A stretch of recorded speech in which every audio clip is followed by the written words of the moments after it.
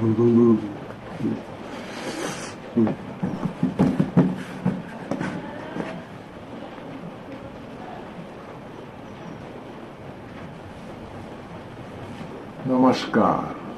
আজকে সকালের ফালতু বইদের ফালতু নিউজ।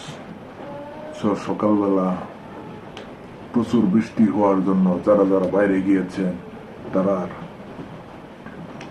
20 জন লোক আহত আর 20 জন লোক নিহত। তাই বলছি সবাইকে, সবাই আজকে বাড়ি থেকে না বের হয়ে খেতা কম্বল নিয়ে বাড়িতে শুয়ে থাকবে। তাই বলছি আজকে ঠান্ডার মজা নেন ঘরে শুয়ে থেকে।